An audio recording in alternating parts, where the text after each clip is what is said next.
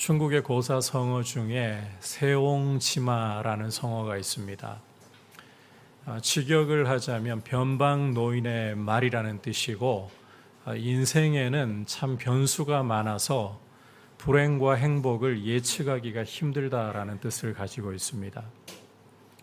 중국 만리장성의 한 변방에 노인이 살고 있었는데, 어느 날 그 노인의 말이 오랑캐의 땅으로 도망을 가고 말았습니다.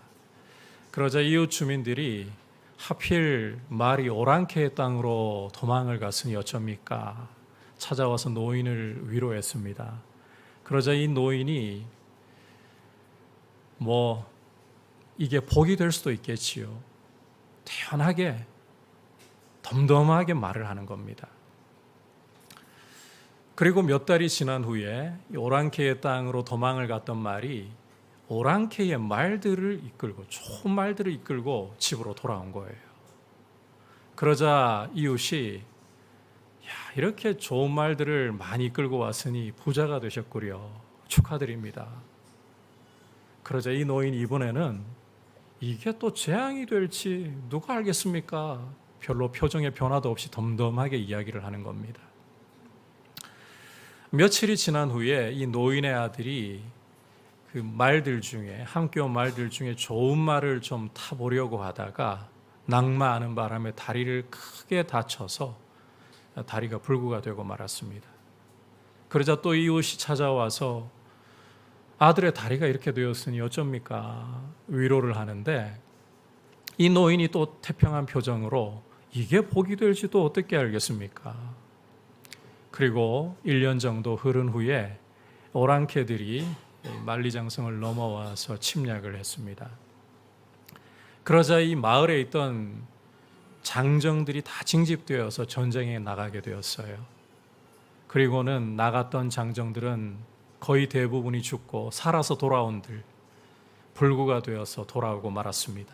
하지만 이 노인의 아들은 크게 다리를 다친 전력이 있고 다리를 한쪽을 제대로 못 쓰기 때문에 전장에 끌려 나가지 않아서 화를 면했습니다. 세옹지마라는 이야기에서 보듯이 우리 인생이라는 것 우리가 알 수가 없습니다. 지금 힘이 있고 지금 남들보다 많은 돈이 있고 남들이 가지지 못한 성공을 지금 내가 쥐고 있다고 그게 영원하리라고 결코 자랑할 수가 없다는 말입니다. 언제든지 간에, 그것도 전혀 예측할 수 없는 순간에 반전과 역전이 우리 인생에 일어날 수 있습니다.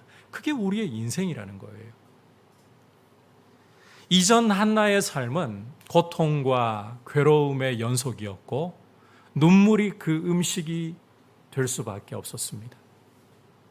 그러나 한나는 그 마음의 괴로움과 고통을 가지고 여호와 앞에 나아가서 기도로 마음을 토했습니다.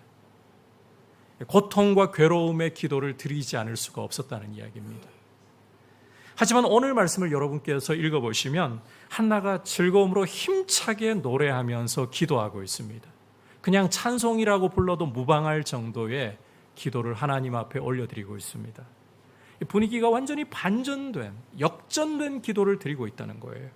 고통과 비통함과 슬픔이 변하여 찬송과 승리와 기쁨이 넘치는 노래가 된 기도를 드리고 있다. 자, 도대체 한나는 어떻게 이와 같은 삶의 반전, 역전을 경험할 수 있게 된 것인가? 오늘 함께 이 말씀에 귀를 기울이면서 우리 삶의 진정한 반전의 비결이 무엇인지 함께 살펴보면서 주시는 메시지를 듣도록 하겠습니다. 오늘 말씀 1절부터 3절까지를 보시면 먼저 한나 개인의 고백을 담고 있는 것을 읽을 수가 있습니다. 자, 1절에서 한나가 내 마음이 즐거워하고 내 뿔이 높아졌으며 내 입이 내 원수들을 향하여 크게 열렸다고 노래하는 것을 볼 수가 있습니다. 여기서 이 뿔이라는 것은 힘과 권세를 의미하고 입이 원수를 향해 크게 열렸다는 것은 원수에게 자랑할 수 있게 되었다. 원수를 도리어 비웃을 수 있게 되었다. 이런 뜻을 가지고 있습니다. 앞서 말씀드렸다시피 한나는 이전에는 마음의 괴로움과 비통함과 슬픔이 가득 차 있었습니다. 이전에는 한나의 지척에 있는 대적 브닛나 때문에 아이도 낳지 못한다고, 여호와께서 그 태를 닫아버리신 여자라고 업신여김을 당해야 했습니다. 이전까지 한나는 그러한 수치 가운데서 말도 함부로 할 수 없이 속으로만 말을 삼키면서 소가리를 해야만 했습니다. 그런데 이제 한나는 그 번민과 괴로움이 변하여서 찬송으로 가슴에 차오르고 있고, 눌려있던 한나의 기가 펴지고 그 힘과 권세가 높아지고 있고, 수치로 닫혀있던 한나의 입은 활짝 열려서 오히려 원수에게 자랑하는 모습으로, 원수를 비웃는 모습으로 변해 있습니다. 이와 같은 한나의 삶에 일어난 반전, 이게 도대체 어떻게 된 일인가? 한나는 1절을 다시 여러분께서 주목해 보시면 그 이유가 여호와 때문이다, 여호와의 구원 때문이다라고 세 차례나 강조하면서 하나님을 자랑하고 하나님의 구원을 높이 노래를 하고 있습니다. 여호와는 내 구원의 하나님이시고 내 삶에 역전을 가져오실 수 있는, 기쁨과 승리를 주실 수 있는 나의 하나님이 되신다. 이 사실을 강조하고 또 강조하면서 자랑하는 것입니다. 자, 그렇다면 여호와께서 어떠한 분이시기에 이렇게 우리 삶에, 한나의 삶에 이런 놀라운 반전을 주실 수가 있는가? 함께 2절과 3절 읽어보도록 하겠습니다. 시작. 여호와와 같이 거룩하신 이가 없으시니 이는 주밖에 다른 이가 없고 우리 하나님 같은 반석도 없으심이니이다. 심히 교만한 말을 다시 하지 말 것이며 오만한 말을 너희의 입에서 내지 말지어다. 여호와는 지식의 하나님이시라 행동을 달아보시느니라. 자, 이 말씀에서 보듯이 한나는 여호와와 같이 거룩하신 이가 없다, 오직 여호와만이 거룩하시다라고 노래를 하고 있죠. 여기서 이 거룩하다라는 표현은 쉽게 말하면 구별이 된다라는 뜻입니다. 자, 그러면 하나님이 어떻게 구별되는 분이시라는 말인가? 어떤 의미에서 구별이 되신다는 말인가? 자, 먼저는 주밖에 다른 이가 없다. 다시 말해 하나님과 같은 반석이 또다시 없다는 의미에서 구별이 되신다는 것입니다. 하나님과 같은 반석은 없다. 우리가 피할 수 있는 든든한 반석, 우리의 피난처, 우리가 의지할 곳이 되신다. 바로 이러한 의미에서 하나님은 구별되신다는 거예요. 다윗 역시 사무엘하 22장과 시편 18편에서 동일하게 고백을 하고 있습니다. 아울러 여호와는 지식의 하나님이시라 사람의 행동을 달아보신다라는 점에서 구별이 되신다는 겁니다. 여러분, 하나님 눈앞에 감춰져 있는 일은 아무것도 없습니다. 시편 139편에서 다윗이 노래를 하듯이 하나님은 우리의 말과 행실, 우리의 앉고 일어섬, 우리의 심지어 속에 있는 생각까지도 낱낱이 다 통달하고 계시는 분이에요. 하나님 눈앞에서는 무덤이라 할지라도, 수월이라 할지라도 결코 감춰질 수가 없습니다. 따라서 한나는 교만한 말을 다시는 내지 말고 오만한 말을 입으로 함부로 말하지 말라 노래를 할 수밖에 없는 것입니다. 이렇게 만물과 만사를 통달하시는 하나님께서 내가 피해서 의지할 나의 반석이 되시고 나의 피난처가 되신다. 바로 이 하나님께 한나는 자신의 마음의 비통함을, 괴로움을 기도로 쏟아놓으면서 인생의 괴로움과 어두움을 견뎌나갔던 것입니다. 그러자 하나님께서 이 인생의 어두움을 변하여서 새 아침이 되게 하시고 이 고통과 괴로움을 변하여서 즐거움과 승리가 되게 하시고 뿔이 높아지게 하시는 이런 역사를 한나에게 주신 것입니다. 여러분, 하나님은 비할 데 없이 거룩하신 분이십니다. 하나님은 내가 달려가서 피할 수 있는 나의 든든한 반석이 되시고 피난처가 되시고 나의 의지할 분이 되십니다. 여러분의 인생에 어두운 밤을 만났다 할지라도 하나님께로 달려가서 기도로 하나님께 아뢰을 수 있기를 축복합니다. 그럴 때 하나님께서는 여러분의 삶을 역전케 하시는, 삶의 반전을 주시는 은혜를 경험하게 하시는 거예요. 세옹지마 이야기에서는 삶의 변수가 많아서 행복과 불행을 예측할 수 없다. 그러나 성경은 그렇게 말하지 않아요. 하나님께 달려갈 때에 하나님은 어두운 밤이었던 우리의 인생도 역전시켜 새 아침이 되게 하시는 분이다. 역전의 주인공은 하나님이심을 믿고 의지하면서 인내로 하나님 앞에 기도로 달려나아가 하나님께 피할 수 있기를 축복합니다.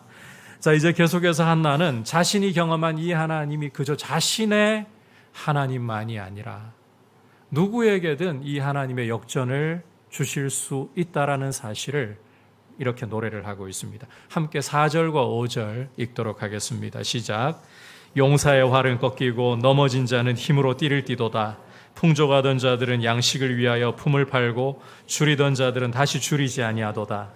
전에 임신하지 못하던 자는 7을 낳았고 많은 자녀를 둔 자는 쇠약하도다. 자, 함께 읽은 말씀 역시 반전, 역전을 노래를 하고 있는데 용사의 활이 꺾여지고 넘어진 자는 오히려 힘으로 띠를 띠고 있다. 풍족하던 자들은 양식을 위해서 품을 팔아야 하고 줄이고 있던 자들은 오히려 다시 줄이지 않는다. 전에 임신하지 못하던 자들은 7 자녀를 낳고 많은 자녀들을 둔 자는 쇠약하도다. 이 역전을 노래하고 있는 거예요. 그러니까 한나 자신이 경험했던 그 삶의 반전이 누구에게든 어느 인생에게든 일어날 수 있다는 것입니다. 지금 용사라서 힘이 있기 때문에, 지금 남들이 갖지 못한 많은 돈을 가지고 많은 재산을 가지고 있기 때문에, 지금 남들이 갖지 못한 성공을 거두었기 때문에 내 삶이 그렇게 계속해서 유지될 수 있는 것이 아니라는 거예요. 자랑할 문제가 아니라는 것입니다. 정말 뜻밖의 순간에, 누구도 예기치 못한 순간에 삶의 반전이 일어날 수 있다. 역전이 되어버릴 수 있다. 이게 인생이라고 한나는 지금 노래하고 있는 것입니다. 하지만 이와 같은 역전은 거듭 강조하지만 우연이 아니라 바로 하나님이, 여호와 하나님이 가져오시는 것이다.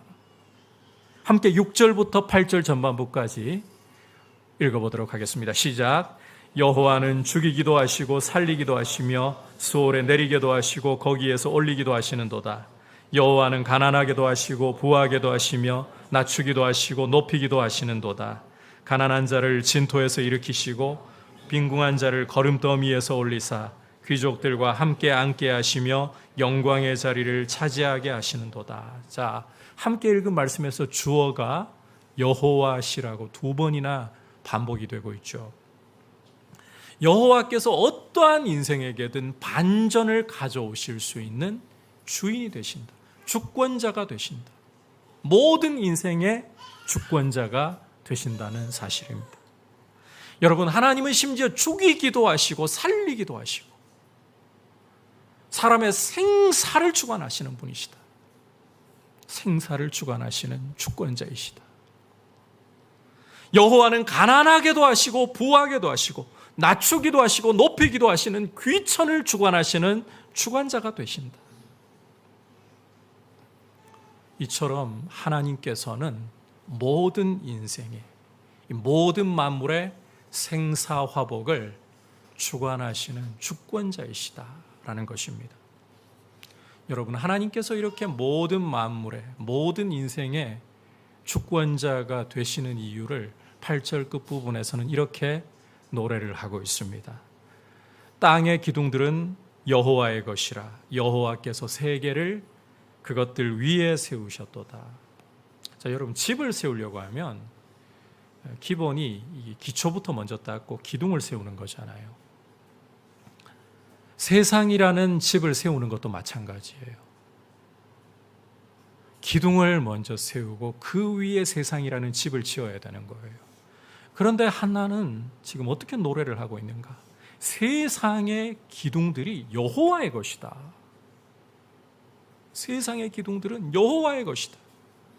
그리고 세상이라는 집을 그 위에 세우신 분은 하나님이시다.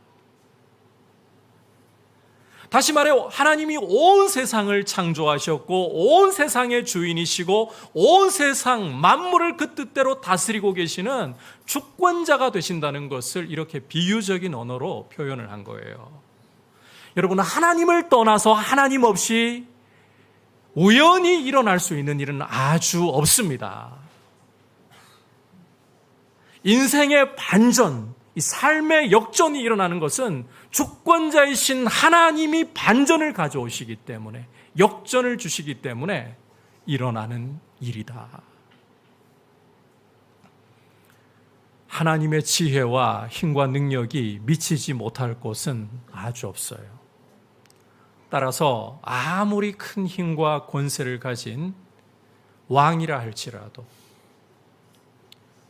어느 나라도 넘볼 수 없는 제국이라 할지라도 하나님이 그것을 무너뜨리신다.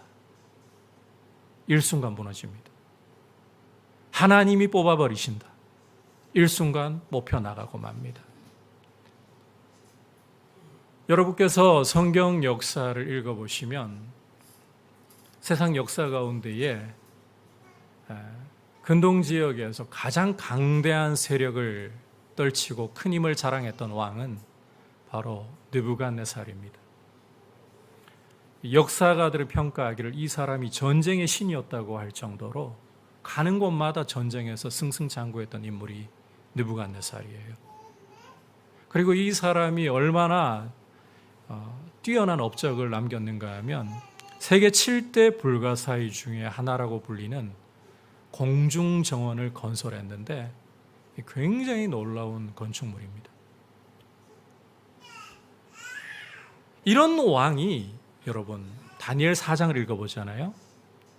하나님께서 내 나라의 왕위가 너에게서 떠나갔다, 이 한마디에 완전히 추락을 해버려요. 그렇게 큰 힘과 권세를 자랑하고 가는 곳마다 전쟁에서 승리하던 왕이 그 막대한 부와 지혜를 가지고서 세계 7대 불가사의 중에 하나라고 불리는 공중정원까지 건축했던 이 영광을 가졌던 왕이 내 나라의 왕위가 내게서 떠나갔느니라 하나님의 이 한 말씀 앞에서 추락하고 만다는 거예요.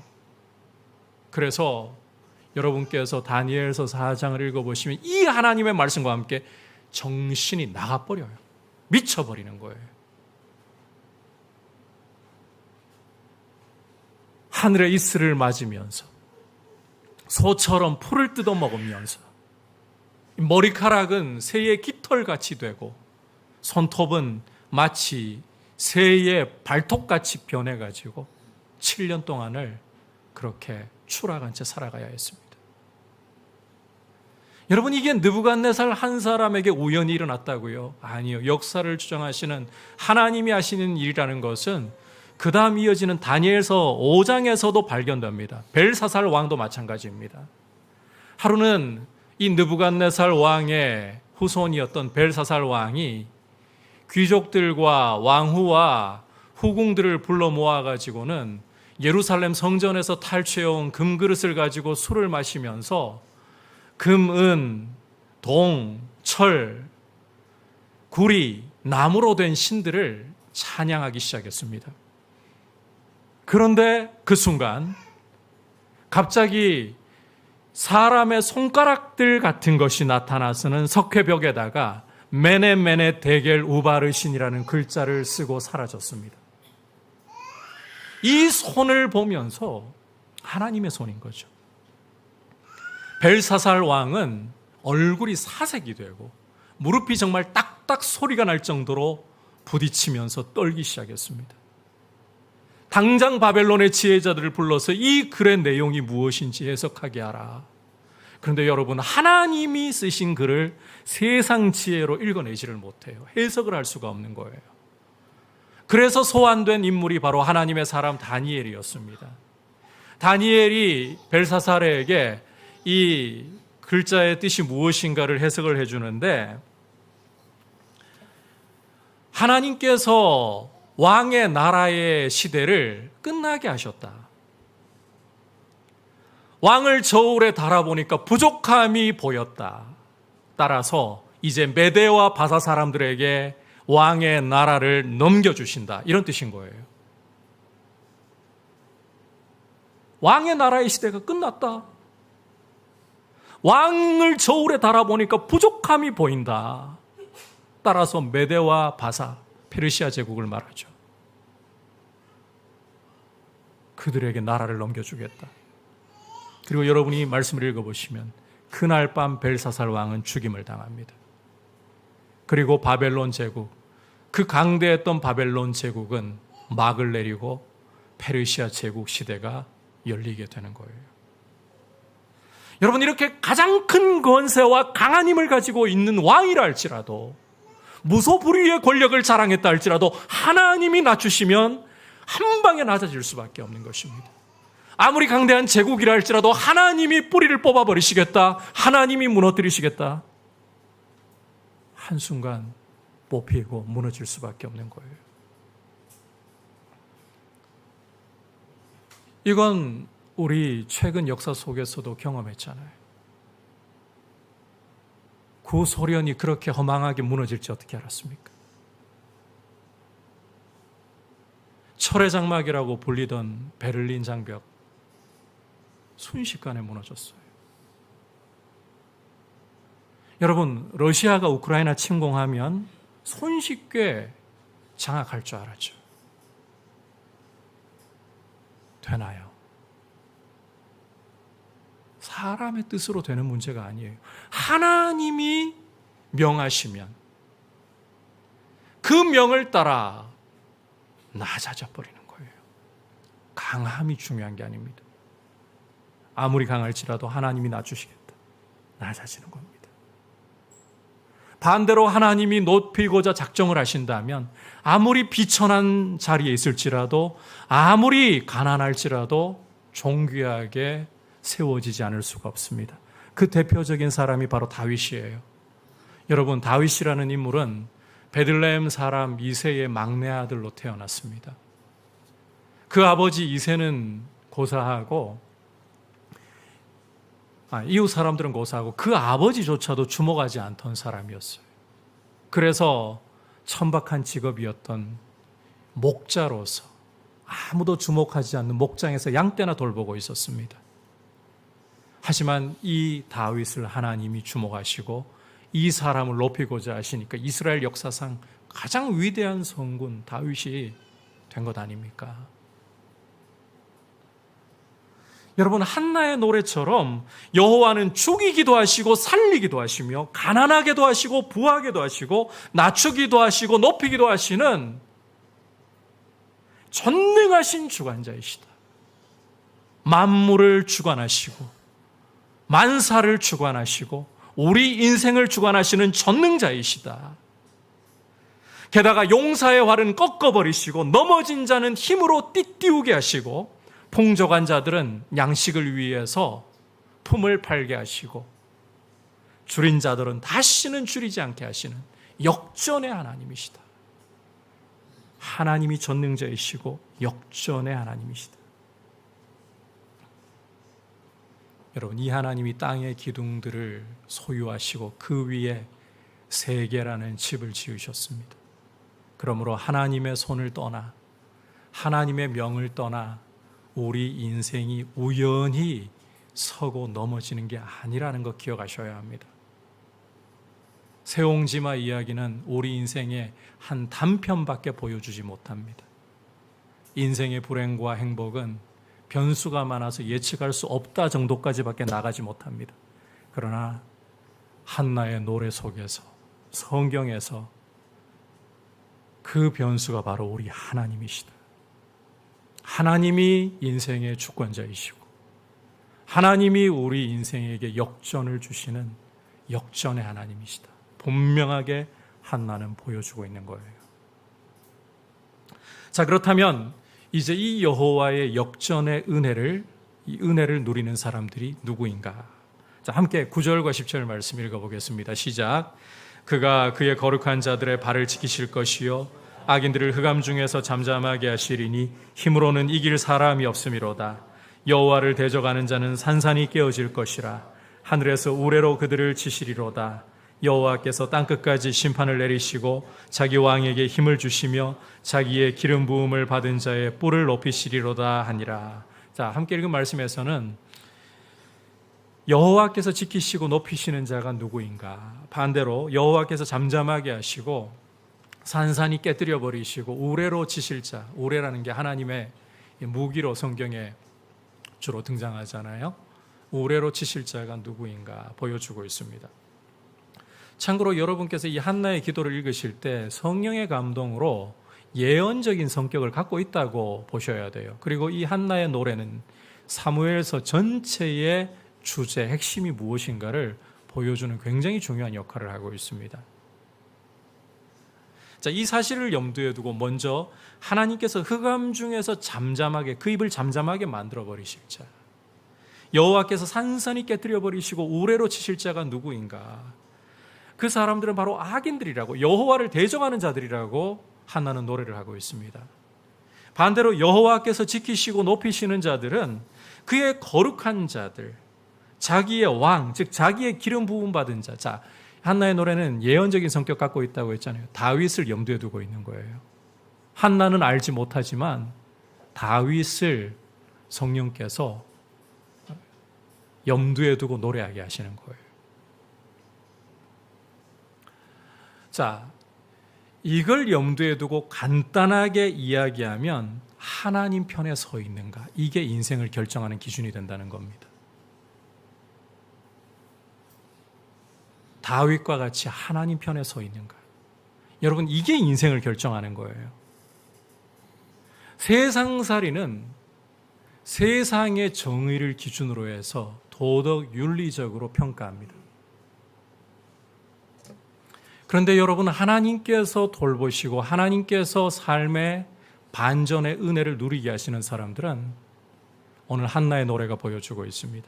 하나님 편에 서 있는 사람들. 도덕 윤리적으로 사람들이 의인이라고 칭송하고 사람들이 인정하는 이가 아니라 하나님 편에 서 있는 사람이라는 거예요. 그 대표적인 인물이 다윗이라고 했잖아요. 하나님 편에 서서 하나님의 말씀에 의지하고 철저히 하나님 말씀 앞에 순종하려고 하는 사람. 실패하고 넘어졌을 때에조차도 그 문제를 자기가 책임지지 않고 하나님 앞에 가지고 나아가 회개하면서 돌이킬 줄 아는 사람. 바로 그러한 사람들이 거룩한 사람들이고 하나님이 삶의 반전의 은혜를 경험하게 하시는 사람들이다. 이게 세상 기준으로 이해 안 됩니다. 도덕윤리적으로 보면 이해가 잘 안 돼요. 여러분, 다윗이라는 사람, 사울이라는 사람과 한번 비교를 잠깐 해볼까요? 제가 일전 수요 예배 때 이 비교를 한 적이 있습니다만, 여러분, 다윗이라는 사람은 도덕적으로 보면 문제가 있는 사람이에요. 왕으로서 힘과 권력을 가지고 있다고 신하의 아내, 그것도 정말 충성된 신하의 아내를 범했잖아요. 그리고 바세바가 임신한 사실이 드러날까 봐 그 남편 우리아를 전장에서 불러다가 자기 손에 피 묻히지 않고 아주 치졸한 방법으로 암몬 자손의 손에 붙여가지고 죽여버렸잖아요. 여러분, 이런 다윗을 법적으로 도덕 윤리적으로 평가하면 이 사람 어떤 판결 내려야 됩니까? 왕자리에서 쫓아내서 감옥 보내야죠. 반면에 사울을 한번 우리가 생각을 해봅시다. 사울의 경우 외적으로 보면 어디 흠잡을 만한 곳이 없는 사람이에요. 고대 근동의 기준에서 이 외모와 신장이라는 게 굉장히 중요하거든요. 이 사울 같은 경우는 다른 사람들보다 머리 하나는 더 올라가는 키를 가지고 있어요. 굉장히 고대의 전쟁에 앞서 싸워야 하는 조건으로서는 최상이었다는 말입니다. 이 사울이 여러분 도덕 윤리적으로 평가하면 다윗보다는 그래도 나아요. 다윗을 죽이기 위해 3,000명의 군인들을 이끌고 추격했지만 어디까지나 그건 살인 미수였습니다. 죽이지 못했습니다. 그리고 그렇게 다윗을 죽이려고 했던 것도 여호와의 신이 떠나고 악한 신이 임하니까, 귀신이 임하니까 미쳐가지고 그랬던 거잖아요. 이거 법적으로 판단을 하면 어떻게 되는 겁니까? 심신미약입니다.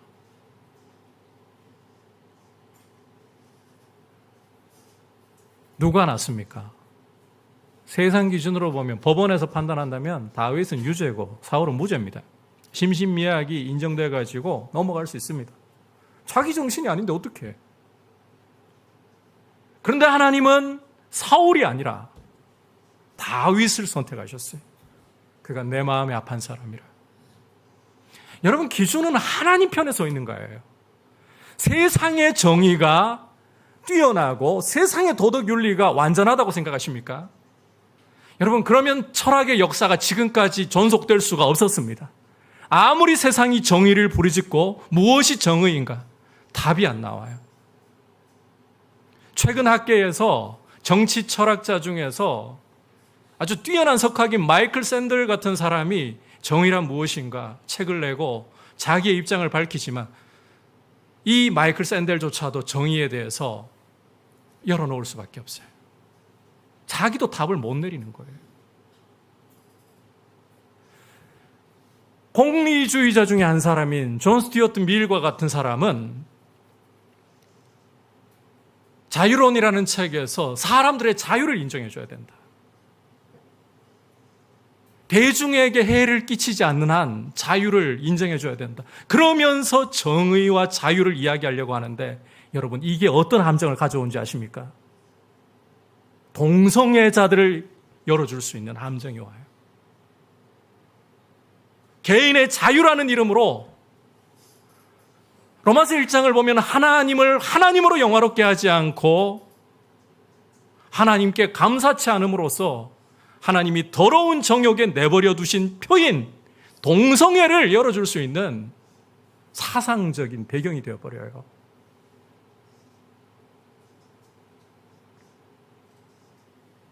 여러분, 이게 인간의 자유이고 인간의 정의라는 거예요. 민주국가가 말하는 정의가 정말 정의롭다고요? 그 자유가 절대적이라고요? 세상에 누구도 완전한 정의, 완전한 자유를 논할 수가 없습니다. 거기에는 죄가 섞여 있고 죽음의 요소가 섞여 있어서 반드시 이상한 방향으로, 인간이 추락하는 방향으로 이끌 수밖에 없고, 그래서 계속되는 반론들이 일어나는 거예요. 여러분, 하나님만이 참 선하시고 절대적인 기준이 되시는 분입니다. 하나님의 편에 서 있느냐? 여러분, 여러분의 인생을 여러분 자신에게 두려고 하지 마십시오. 여러분의 노후라든지 어떤 상해라든지 질병이 있을 때를 대비하기 위해서 보험에 여러분의 인생을 걸어두기도 합니다만, 그러나 그게 필요 없다는 이야기가 아니라 그럼에도 불구하고 그것이 우리의 인생을 진정으로 지켜줄 수 있는 것 아닙니다. 우리 인생이 정말 피난처로 삼고 우리 인생의 진정한 역전을 볼 수 있는 길은 하나님께 있습니다. 여호와와 같이 거룩하신 이가 없으시다. 그분만이 나의 피난처, 나의 반석이 되신다. 그분께로 피해서 지금 인생의 어두운 밤을 만났다 할지라도, 지금 인생의 비통함과 괴로움이 가득하다 할지라도 그분께 나아가 그분 앞에 마음을 쏟아놓을 때에 인내의 시간은 지나가고 마침내 새 아침을 열어주시는 역전의 하나님을 경험하게 하실 줄 여러분 믿으시고 인내로 하나님께로 달려나갈 수 있기를 축복합니다. 오늘 한나의 노래를 통해서 어떻게 우리 인생의 역전이 일어날 수 있는가, 그 비결이 무엇인가 함께 귀를 기울였습니다. 여러분, 거룩하신 여호와, 누구와도 비길 자 없는 우리의 행동을 달아보시는 지식의 하나님께서 땅의 기둥들을 소유하시고 땅을 세계를 그 위에 건설하신 여호와께서 인생에게 역전을 주신다. 그리고 이 하나님의 역전을 경험하는 길은 하나님 편에 서서 하나님을 의지하는 데 있다. 그분께 기도로 아뢰며 그분께 달려가는 데 있다. 이 사실 여러분 꼭 기억하시고 인생의 역전을 하나님 주시는 역전의 은혜를 맛보시는 귀한 분들 되시길 축복합니다.